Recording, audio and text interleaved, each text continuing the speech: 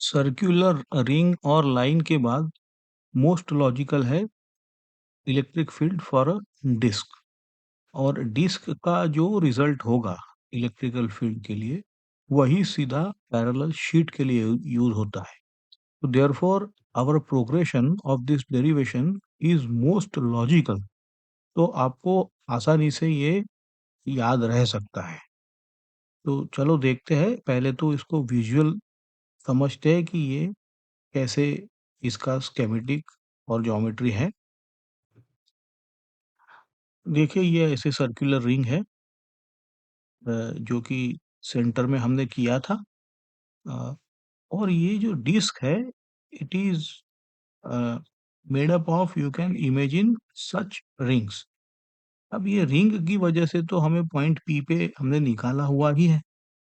तो यहाँ पे हमें रहता है अगर हम ऐसे बहुत सारे रिंग ले तो टोटल इलेक्ट्रिकल फील्ड के लिए अगर हम 0 टू r में इंटीग्रेट करें तो पूरे डिस्क का निकल सकता है। चलो यही कॉन्सेप्ट है, आपको स्टेप बाय स्टेप आगे डेवलप करेंगे। फिर होता है ये जो इसका रिजल्ट आएगा ना वो हम इसमें यूज करेंगे। फॉर एग्जांपल यहाँ पे दो शीट दिखाए गए है ना। शीट 1 पॉजिटिव चार्ज है, शीट 2 नेगेटिव सरफेस चार्ज दिया हुआ है। तो शीट 1 की वजह से जो फील्ड है वो ऐसे अवे फ्रॉम द शीट होगी, है ना, क्योंकि पॉजिटिव चार्ज है। और शीट 2 की वजह से टूवर्ड्स द शीट होगी क्योंकि नेगेटिव चार्ज है। अब ये जो रिजल्ट हम देख रहे हैं वो हम सर्कुलर डिस्क में जो रिजल्ट आएगा वो यही रिजल्ट है कि वो either it is independent of, वो सब हम देखेंगे, but this is the result of disc only. Now we can what we can do is we can add, superposition से हम कर लेंगे ये E1 E2। देखो जैसे फॉर एग्जांपल यहाँ पे ये जो E1 E2 देखो सेंटर में ऐड हो रहा है ना। और जबकि ऊपर और नीचे वो कैंसल होगा इसलिए जीरो आ रहा है। Okay, so that is the essence. Now we will first circular disc के लिए समझेंगे तो शीट अपने आप समझ में आ जाएगी। तो समरी में, ओवरव्यू में हम लोग यूनिफॉर्म चार्ज डिस्क का इलेक्ट्रिक फील्ड निकालेंगे। फिर उसको ना इसके इंटीग्रेशन करेंगे, जैसे मैंने कहा कि ये disc is made up of rings, so we have to integrate over the radius. अब इसका अ, जो फिजिकल इंटरप्रिटेशन है वो हम समझेंगे कि ये प्लेन शीट की तरफ और कैसे ये चार्ज इनफाइनाइट प्लेन शीट का बिहेवियर करेगा। ये लिमिटिंग केस है, देखते हैं उसका क्या एजम्पशन है वगैरह। फिर लिमिटिंग केस में होता है इंडिपेंडेंट ऑफ एक्स, मतलब हमने अभी तक तो हमारे डेरिवेशन में एक्स आया था। हम देखेंगे कि शीट के लिए एक्स डिपेंडेंट ही नहीं है, मतलब तो पॉइंट पॉइंट कहाँ पर है, तो वो लिमिटिंग केस है, उसको समझेंगे क्या मतलब है उसका। और फिर हम इसको जैसे इस रिजल्ट को जैसे हमने देखा है टू शीट के लिए अगर सुपर पोजिशन करके क्या रिजल्ट आता है वो हम देखेंगे। देखो ये आपका प्रॉब्लम स्टेटमेंट है। यहाँ पे डिस्क के लिए पॉइंट पी पे हमें ये जो फील्ड है वो निकालनी है। Okay, so how will we proceed in this case? तो आसान है। First of all we have to consider a small ring जहाँ पे आपको डीक्यू चार्ज है जिसका। अगर स्मॉल रिंग पे डीक्यू चार्ज है फिर तो आपको पता ही है उसका फॉर्मूला कि डीक्यू की वजह से पॉइंट पी जो एक्सिस पे है उसका सीधा फॉर्मूला ही आपको पता है। तो वो फॉर्मूला रखेंगे और उसको इंटीग्रेट करेंगे 0 टू r में, है ना। देखते हैं अभी ये जो डीक्यू है वो कैसे निकालते हैं। देखो ये डिस्क, अब हम इसको ऐसे देखेंगे, 2D में देखेंगे। यहाँ पे ये सरफेस चार्ज डेंसिटी दी है सिग्मा। अब हम कहेंगे कि ये डिस्क जो है छोटे-छोटे ऐसे रिंग से बनती है which is very very much obvious. अब हम क्या करेंगे कि एक आर रेडियस पे डी थिकनेस का एक रिंग अज़्यूम कर लेंगे। तो इस डी थिकनेस वाले रिंग पे चार्ज कितना आएगा? छोटा-सा चार्ज आएगा। ओके? सी तो इंटरनल रेडियस इसकी आर है और एक्सटर्नल जो है वो आर प्लस डी हो जाएगा। और इसका एरिया कैसे लोगे आप? तो इसका एरिया होता है सरकमफेरेंस इंटू विड्थ। देखा? तो ये जो रिंग का एरिया है वो आ जाएगा आपका dA is equal to 2 pi r into d r which which you know. तो now for the ring we can again define sigma, है ना, which is dq by dA। तो ओके, और अगर हमें dA जैसे हमें सिग्मा पता है तो हम dq निकाल लेंगे। सिग्मा इंटू dA करके टोटल dq हमें मिल जाएगा, है ना? तो यही है। तो अब इसको हम डिराइव करते हैं। देखो, जैसे कहा कि हम इसको कॉन्सेंट्रिक रिंग्स समझेंगे, है ना, कलेक्शन ऑफ। फिर क्या करेंगे कि सिंगल रिंग की वजह से जो हमें अब पता है वो एक्सप्रेशन लगाएंगे, फिर उसको इंटीग्रेट करेंगे। तो जैसे हमने फिगर में देखा, ये डी क्यू आर और आर प्लस डी आर पे कॉन्फ़िगरेशन पे हम डी क्यू कैसे निकालेंगे? तो पहले डी ए निकालेंगे और फिर d q equal to sigma into 2 pi r करके डी क्यू निकालेंगे, है ना?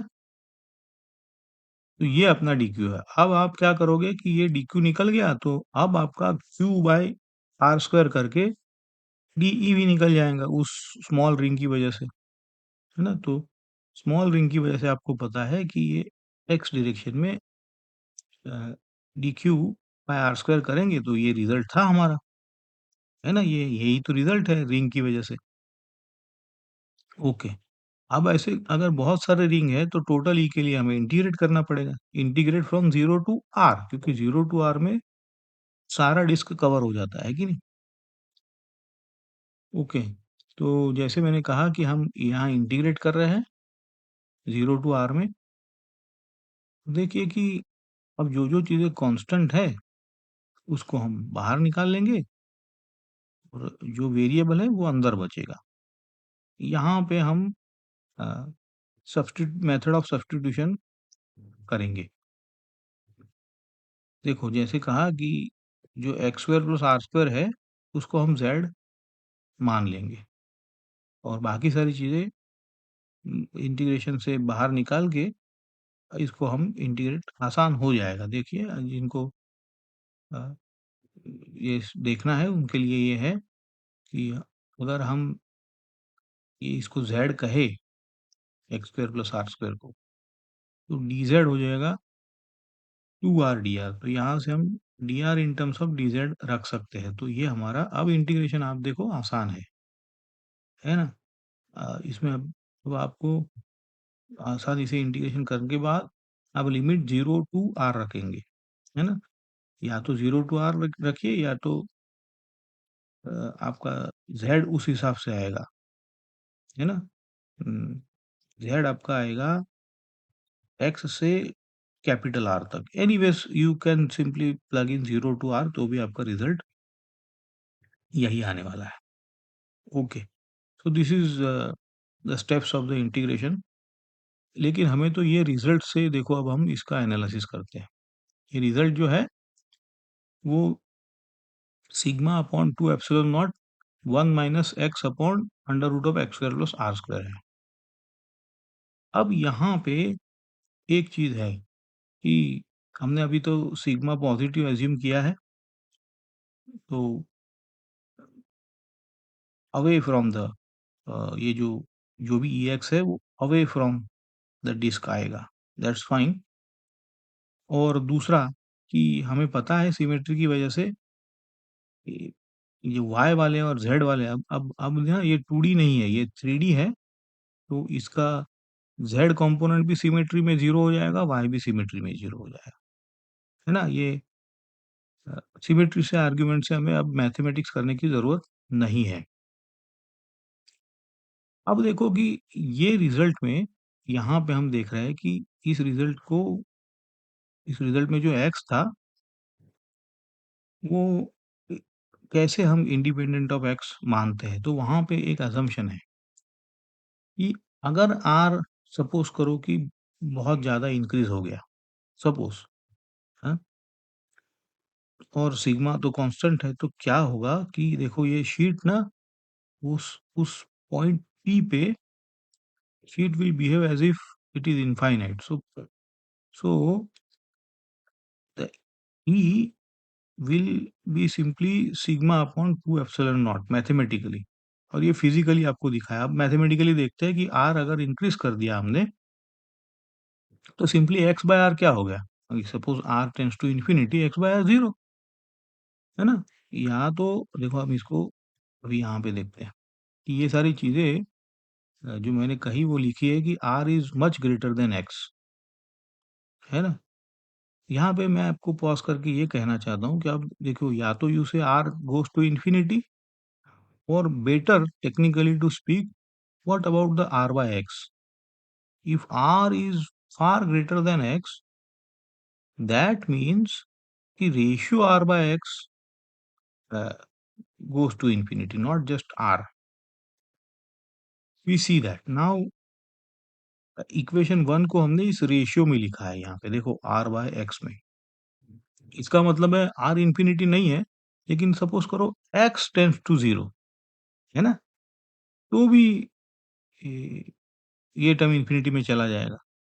You see that is the point. And जब प्रैक्टिकल में ये जो हम कैपेसिटर में देखेंगे कि ये जो डिस्टेंस होता है जहाँ पे हम फील्ड निकालते हैं वो बहुत ही छोटा होता है। That is why we say this term goes to zero, है ना? तो यहाँ पे because r is much greater than x we say E of x is simply sigma upon 2 epsilon not. This is the result that is useful for आगे के chapter में capacitor में। तो ये आपको याद रखना है। और ये आया कहाँ से ये भी आपको समझना है। ओके, सो यहाँ पे जो 3 चीज़ें मैंने बताई थी वो यहाँ पे ये जो टाइनी लेटर्स है वहाँ पे वो आप एक बार पॉज़ करके देख लेना, यही 3 चीज़ें हैं कि व्हाट डज़ दैट मीन?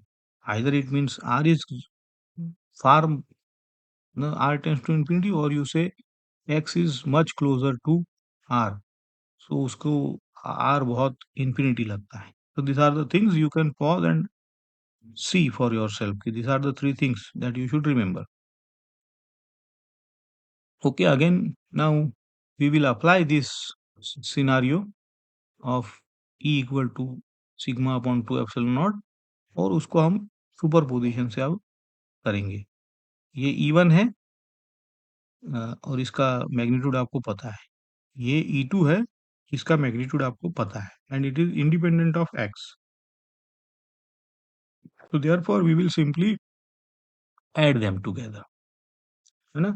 और ये एडिंग में सिर्फ बीच में फील्ड बच जाती है, बाकी कैंसल हो जाएगी। जैसे यहाँ पे आप देख रहे हो कि देखो E1 और E2 ऊपर नीचे कैंसल हो रही है, सिर्फ बीच वाले एरिया में वो एड अप हो रही है बिकॉज ऑफ द वेक्टर।